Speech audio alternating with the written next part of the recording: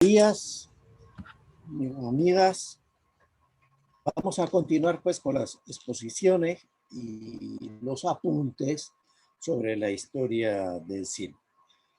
Hoy, siguiendo el cronograma y la hoja de ruta que ustedes tienen en mano o deberían de tener en mano, vamos a entrar a la unidad número 3, el cine industrial de Hollywood. Puedes pasar a la siguiente diapositiva. Si ustedes revisan el programa, ahí se encontrarán con que la unidad 3 dice simplemente un título genérico, el cine industrial de Hollywood, porque se va a centrar específicamente en Estados Unidos y lo que es el núcleo oriental de Hollywood. No es que en otros sitios no hubiera también cine industrial, pero en este momento, por razones pedagógicas, teniendo en cuenta que el modelo Hollywood es el que se fue imponiendo a nivel mundial, pues este capítulo trata de explicar en qué consiste eso que llamamos el modelo Hollywood. Bien, ahí ustedes tienen una primera imagen arriba a la izquierda, en que aparece la colina esa de Hollywood. Hollywood no tiene que ver nada con cielo, sino es la traducción de bosque de acebos. Esa era una hacienda, ¿verdad? De unos, ¿qué diría yo? Pues de unos aventureros que compraron ahí en terrenos, en una zona pues cercana a Los Ángeles, unas colinas que habían pertenecido a algunos grupos indígenas, y ahí es donde se cobijaron los primeros industriales, emprendedores que comenzaron un cine huyendo de la guerra de patentes que les había montado Alva Edison en el este de los Estados Unidos. O sea que el interés por esa zona tiene que verse, por una parte, a este factor económico-político de huir del control de los monopolios que se iban estableciendo en el este de los Estados Unidos, que incluso para exhibición por pago de patentes exigían hasta $2 semanales. Y más allá del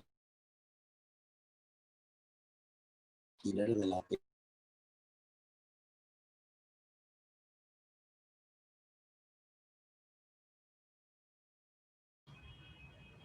Profe, se escucha súper cortado. De hecho, ya no lo estamos escuchando.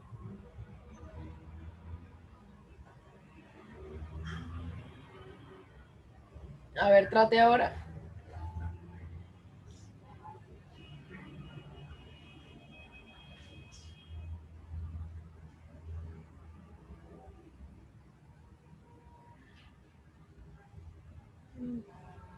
Dígame. Ahora sí se escucha. Mejor. Sí. Y estás grabando. Sí, tranquilo. Nos quedamos en el interés en esta zona se debía a huir de los monopolios hasta ahí. Exacto. A la huida de los monopolios, y ahí simplemente en una zona llamada Hollywood, con doble L, no confundir con Holly del cielo, sino el Holly de acebos. O sea, en un bosque de acebos, en esos terrenos es que se van instalando los primeros estudios por emprendimiento de unos no propiamente cineastas, fuera de algún caso especial. En general eran comerciantes, pequeños banqueros, cambistas de origen judío, que venían por las corrientes antisemitas que se habían sembrado en Europa mucho antes incluso que la llegada de Hitler al poder. Entonces, estos judíos, uno de origen polaco, otro alemán, hay un húngaro, se establecen ahí y comienzan a negociar y a producir las primeras películas, que en general eran de metraje muy corto, ¿no? Tengan en cuenta que después Griffith que había producido en otro sitio ya película de largometraje, pero al principio la explotación de película, tanto de cowboys como de burlesco, en esa zona tenían que ver más bien con producciones muy cortas, pues para pasarlas en lo que llamaban los salones Nickelodeon, ¿no? Despectivamente. Ahora, ahí es donde ya surge la consolidación de la industria progresivamente. ¿Cuál es, digamos, de alguna manera el factor milagro de esa zona? El factor milagro de esa zona tiene que ver con tres factores. Primero es la localización. Más allá de estar lejos de las patentes y de la persecución de los monopolios, el clima de la zona de Los Ángeles pues, es muy especial. Hay mucho más sol que en el este, mucho más tiempos de exposición a lo largo del año para filmar. Por otra parte, tienen cerca el mar y del otro lado, pues también las grandes montañas, incluidas lo que llaman el macizo de San Gabriel, de manera que para las localizaciones que están en un punto intermedio óptimo para poder de alguna manera ambientar o bien una película del oeste o irse de repente al mar para hacer la Isla del Tesoro, por poner un ejemplo. Hay también otro factor que favorece esa localización y es la cercanía de México. La cercanía de México tenía muchas ventajas porque más allá incluso de poder buscar localizaciones muy económicas en la frontera, con Texas, etc., era también lugar de huida, o sea que si había un problema generado desde el punto de vista legal, ahí se encontraban pues los cooperantes en ese tipo de producciones perseguidas, aunque podían escaparse pues fácilmente por la frontera al lado mexicano. Naturalmente también el hecho de tener México al lado les suponía la posibilidad de contratar otros perfiles de personajes en los castings, imagínense, de un conflicto, por ejemplo, con los indígenas, rostros de mexicanos con caracteres indígenas, en un número pues considerable. Bien, supuesta pues esa localización, estos comienzan a contar, no es que ellos eran cineastas, sino les digo, pues cuentan, por ejemplo, con Thomas Paine, que era un personaje que había trabajado a las órdenes de Griffith, e instaura toda la serie de películas de cowboys. Por otra parte, ya Charlotte, ¿verdad? Con Mary Pickford, el mismo Griffith, habían creado también su empresa propia, ¿no? Y comenzaron a producir pues todas estas películas de corte cómico que tuvieron gran éxito. Las otras realizaciones de gama ya más alta, con más largometraje, tuvieron que esperar todavía más tiempo, hasta los años 20. Puedes pasar a la siguiente diapositiva.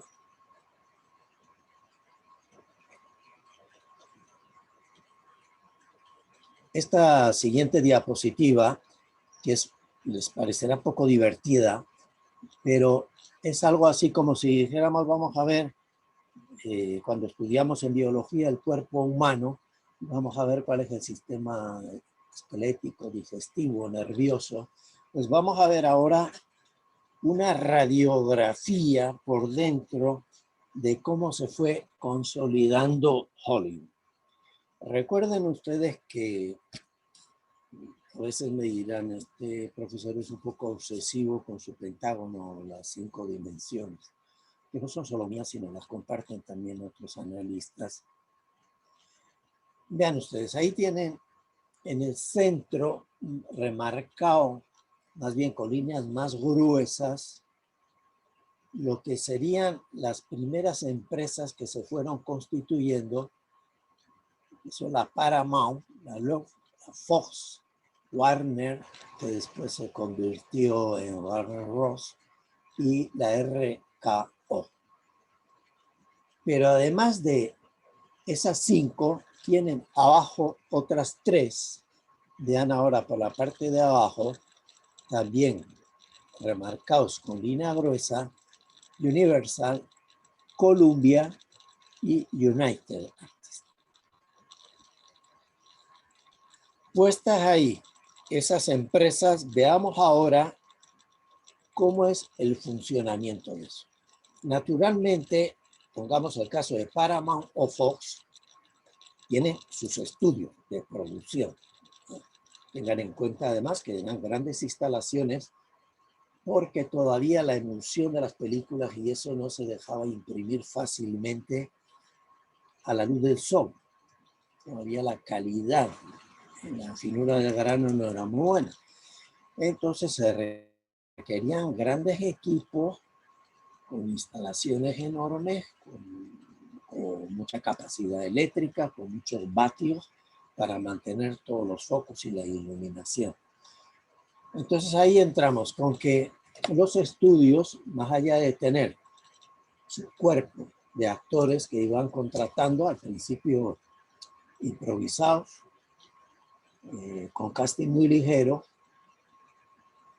pero que requieren, por otra parte, de películas. ¿Y quiénes producen las películas? Pues ahí vean la línea hacia arriba, una línea, tienen la DuPont de Nimbus.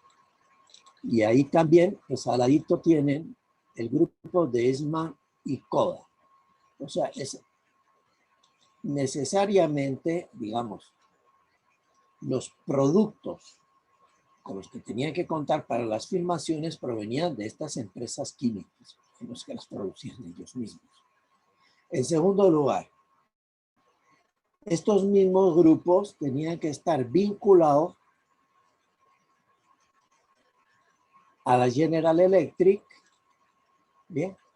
O a la Atlas Corporation, o también cuando comenzó todo el sistema de sonido a partir de los años 27, después mencionaremos el asunto, con los sistemas de grabación que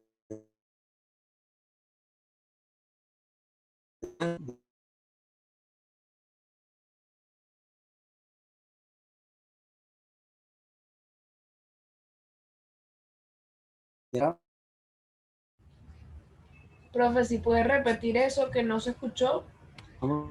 En... Sí, se escucha cortado. Nos quedamos en la General Electric.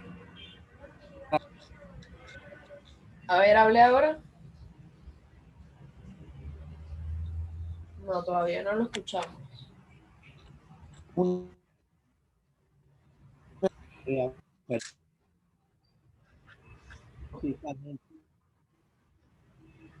Todavía se escucha. No sé si soy solo yo o los demás también lo escuchan así. No, sí, yo también lo escucho así. Okay. Sí, yo también.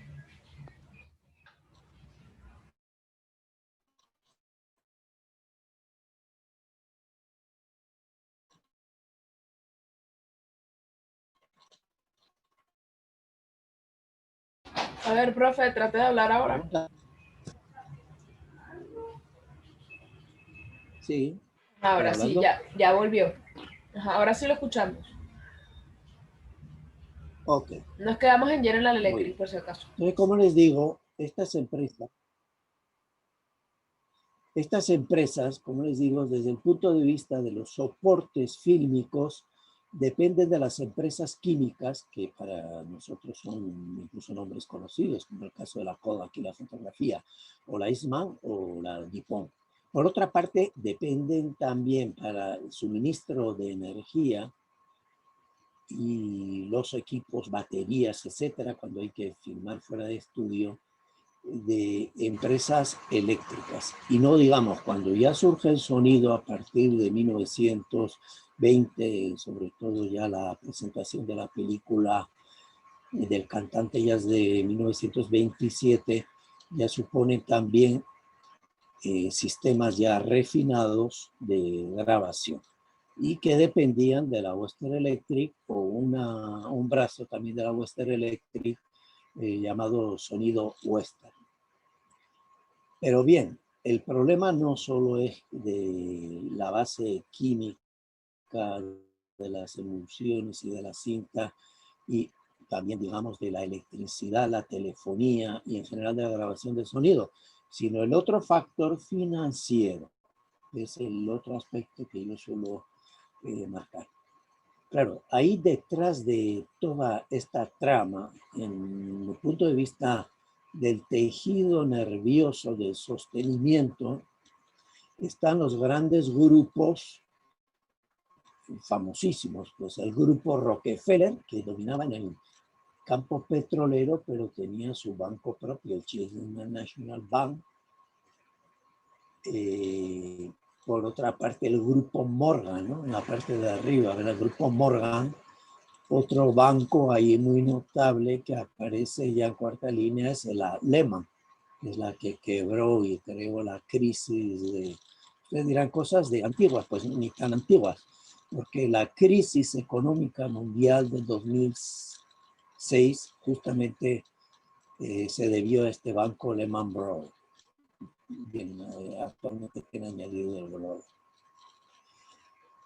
Y junto con las 5 grandes también las pequeñas pues andan también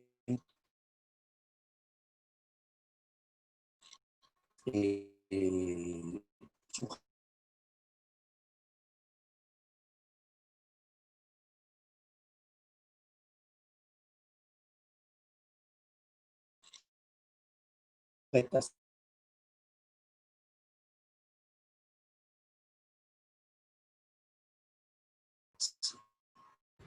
Profe, se está volviendo a cortar de nuevo. No lo estamos escuchando.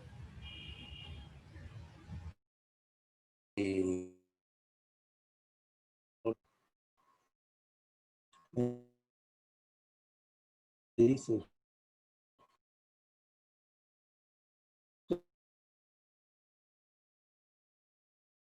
Todavía no lo escuchamos.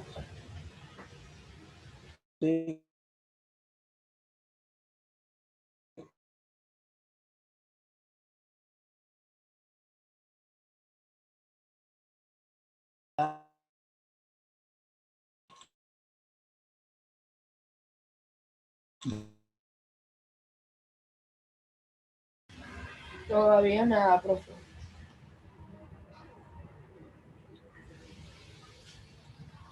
Hoy que tenemos menos tiempo, el internet estaba fastidioso.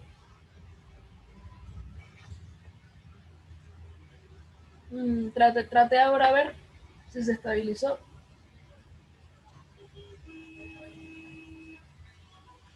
No, nada. Sale que está hablando, pero no se escucha nada. Vamos a esperar un minuto a ver y vuelve a hablar a ver si mejora el internet.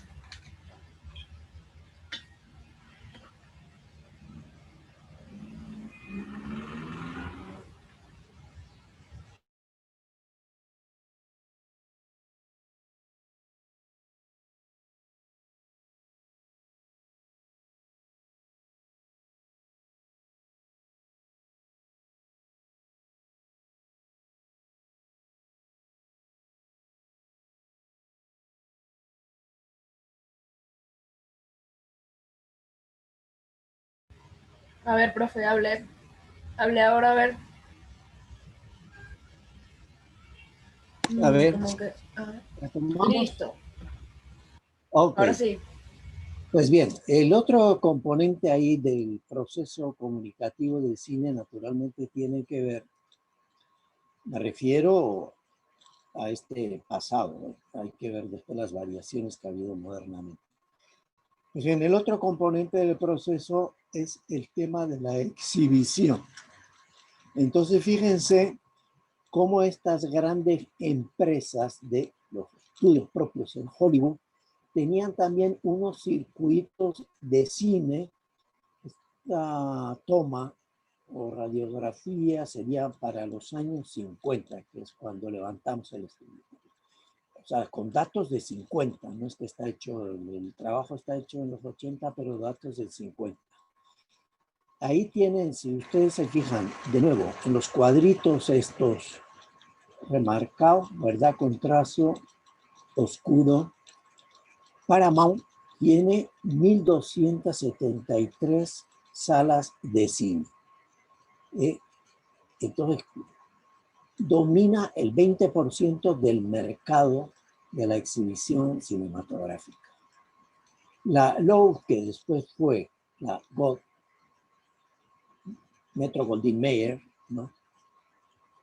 Tenía 522, menos de la mitad. Lo mismo que Fox, la gran Fox de la que hablamos hoy tanto, ¿no? Y la Warner Bros. También andaba en los 500. Y la RKO, que era menos, 131. Vean, ahí, digamos, desde el punto de vista de números de cine, Paramount era la que tenía, digamos, más salones, ¿no? Otra cosa es que a veces no hay relación entre salones y taquillas. O sea, yo puedo tener muchos salones, pero si el promedio es de 50 o 100 personas y el otro tiene salones había hasta de 1.000 y 1.000 y pico, pues naturalmente los porcentajes a veces no corresponden exactamente al número de salones, porque por ejemplo Paramount aparece con más salones de cine, pero menos en el porcentaje, ¿no? Bien, lo mismo ocurre con la Universal, la Columbia y United. Este es pues el panorama que hay del cine. Pero por fin, el otro componente tiene que ver con la comercialización, la promoción y lo que llamamos el mercadeo. Tengo ya la película, tengo la sala de exhibición. Ok. ¿Cómo provoco la afluencia al cine? ¿Cómo informo a la gente? Porque quiero publicidad, promoción. Y ahí entran también dos grandes, o mejor dicho, no propiamente empresarios estrictamente de medios, fuera de Hearst. Hearst sí era un empresario del medio prensa, que es el que dominaba la situación, ¿no? Junto con la radio. Un magnate que por cierto es muy criticado en la película de Orson Welles, la película de Ciudadano Kane, justamente se mete con él, no nombrándolo directamente, pero se entiende que se trata de él y de la influencia que ejerce en el mundo de las comunicaciones y del cine, incluso con pretensiones de ser candidato presidencial. Y el otro monstruo que había también ahí, empresaria de la Howard Hughes, sobre el que hay, por cierto, una película reciente, pero tenía incluso una fábrica de aviones, o sea que el negocio del cine para él era algo menor. Pero después fue adquiriendo tal importancia que el cine en los años 50 y 60 se convirtió en uno de los negocios que más divisas generaba a Estados Unidos. Pasamos ahora a la otra siguiente diapositiva, que nos explica, puedes pasar el IMIR. Listo, profe.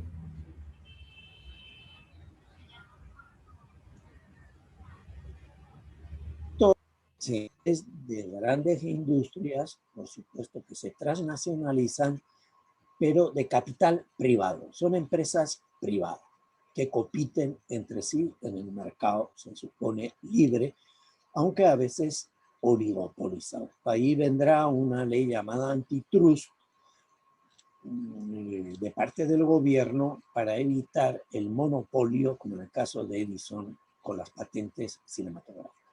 Pero si ustedes agarran ahora este otro cuadro, este es el que corresponde a la gestión de tipo estatal, que particularmente se consolidó en Europa. O sea, hay que ver que los negocios de Gaumont, del mismo los hermanos Lumière, de los grupos daneses, eran en principio independientes, pequeñas empresas. Pero ahora las empresas europeas, y después de la crisis de la guerra que están de capa caída, requirieron ayuda, subvenciones del Estado y prácticamente el Estado, sobre todo en los gobiernos de tipo autoritario, terminó encargándose del cine.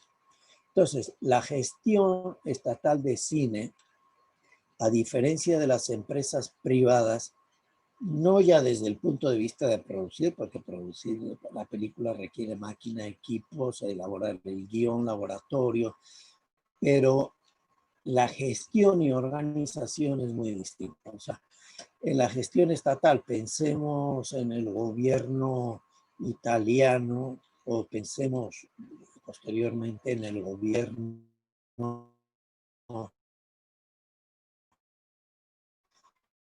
nazi, digamos, de Franco y la vía de cine en Venezuela. Tiene como 4 capítulos de control y producción y consolidación del cine. Por una parte hay una gran regulación. La regulación viene por los créditos, o sea, los capitales aquí los otorga el gobierno con sus bancos propios y un sistema de subsidios. Naturalmente, ¿a quiénes va a aplicar los créditos? Ahí hay ya una discriminación, sobre todo si es un gobierno ideologizado. ¿A quiénes los otorgo créditos y a quiénes no? ¿Este guión pasa o no pasa? Entonces, la gestión estatal interviene regulando de entrada el financiamiento y, naturalmente, si los estudios son propios del Estado, influye también en la ejecución, que generalmente es muy dependiente ideológicamente y circunstancialmente independiente. Hay algunas películas que tanto en Rusia como aquí mismo en la Villa de Cine se hacían con un poco más de independencia, pero en general bastante.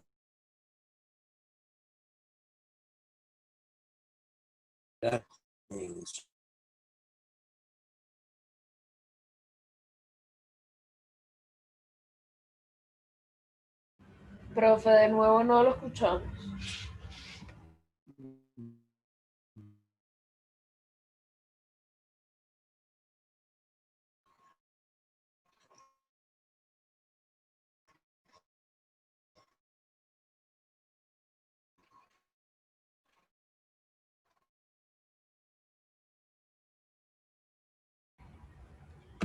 Pero voy ahora a ver, profe.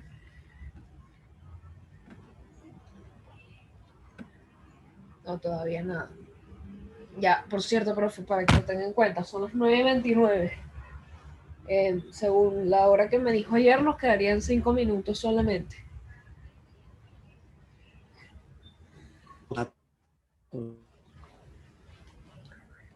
Todavía no lo escuchamos.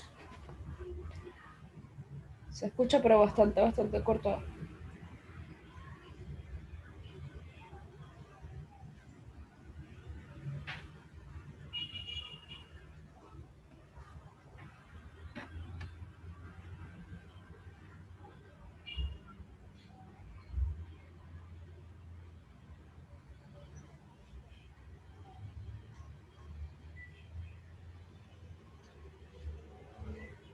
Ahora, profe, pruebe a ver hablar. No, nada todavía. No.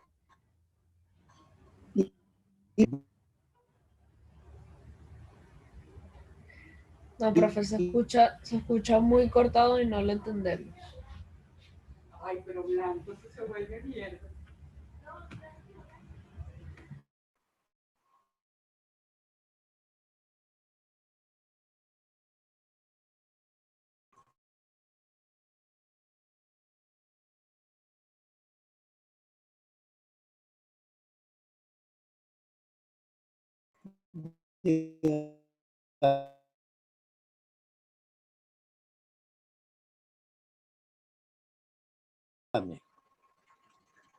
¿Listos? ¿Se Ajá, profe, escucha? ahora sí lo escuchamos. Ya. Pues bien, lo mismo que la producción y en la distribución ocurre con la exhibición y los circuitos que muchos de estos gobiernos pues pertenecen al Estado. Por fin, los estados también se suelen encargar de lo que llamamos la capacitación a través de escuelas, centros de formación, de investigación, de elaboración de teoría y de la promoción de las películas. En este caso, como les digo, persiste también en muchos países del mundo porque no tienen industrias competitivas con el músculo que pueden tener empresas como las chinas o las norteamericanas. De hecho, con este sistema, Hollywood, apenas produciendo el 20% de las películas del mundo, logró a controlar el 80% de todas las exhibiciones mundiales. Pasa a diapositiva.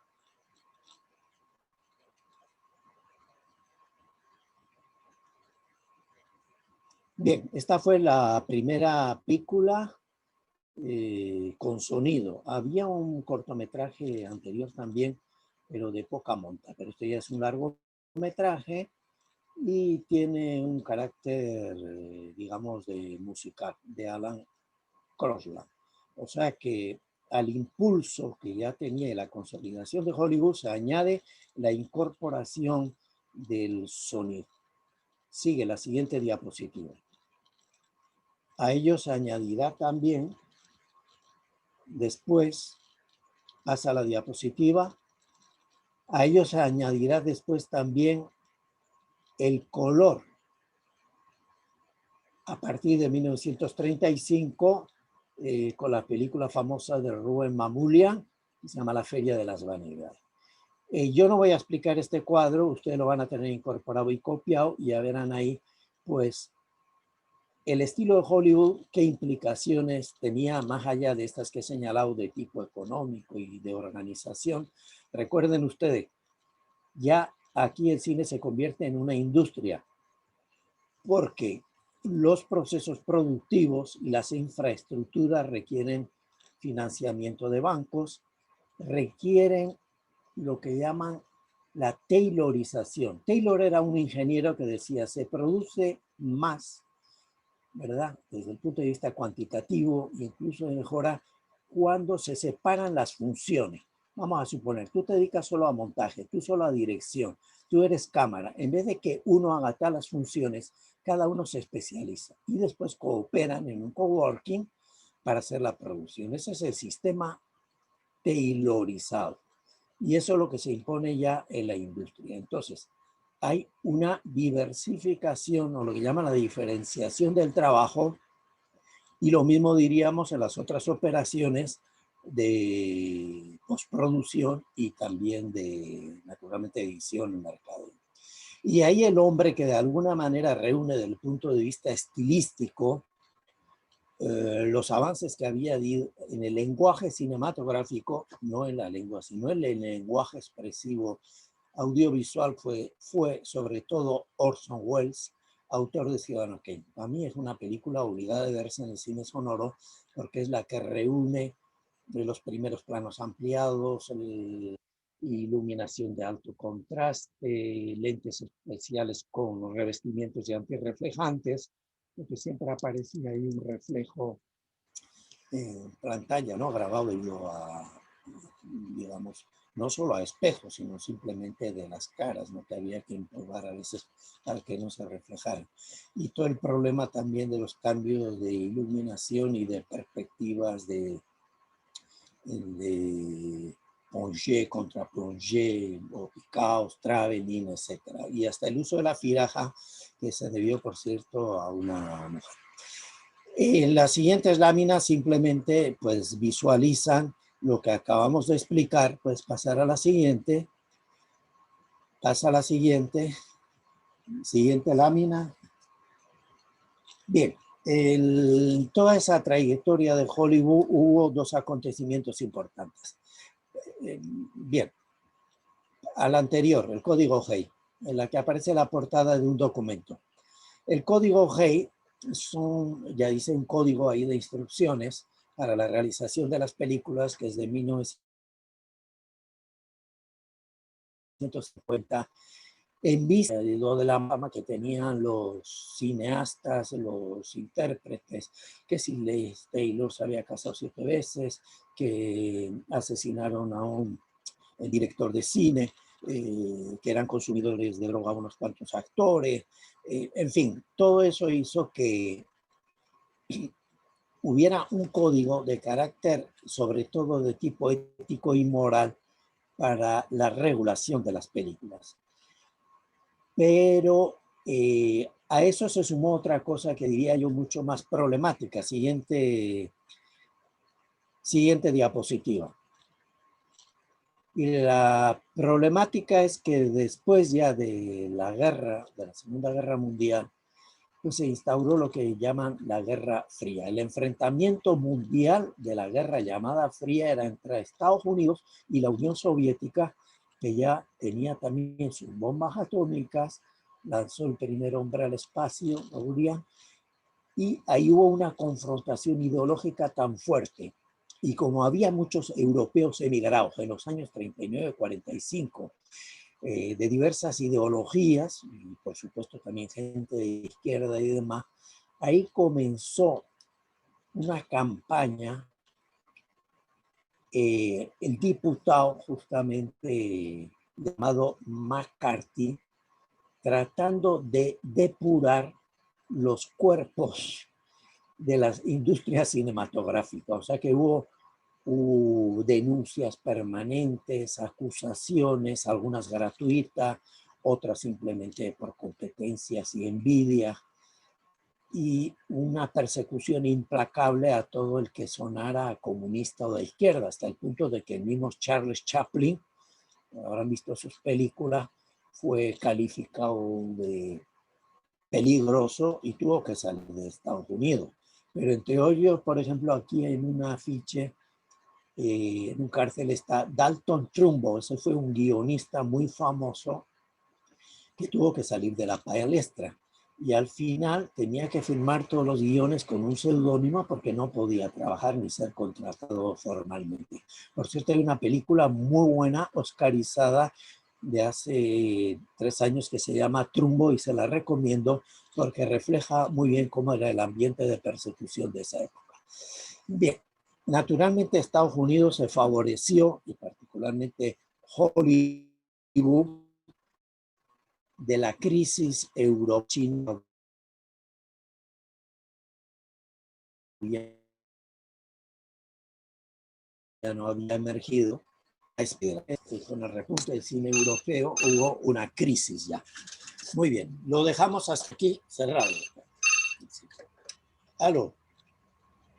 Profe, queda menos Me de un dijeron que era a minuto. las 10, ¿no? Mira, ya estoy terminando ya la clase en Zoom y ya voy bajando. Ok. Muy agradecido, muy amable. Listo ya, ¿no? Sí, quedan segundos, profe, porque queda menos de un minuto para que termine la grabación. Pues lo único que les diría es que con respecto a los ejercicios, sobre todo las preguntas, bien, pueden hacer preguntas tanto de la que anteriormente se hizo, o sea, hay preguntas específicas, ¿no?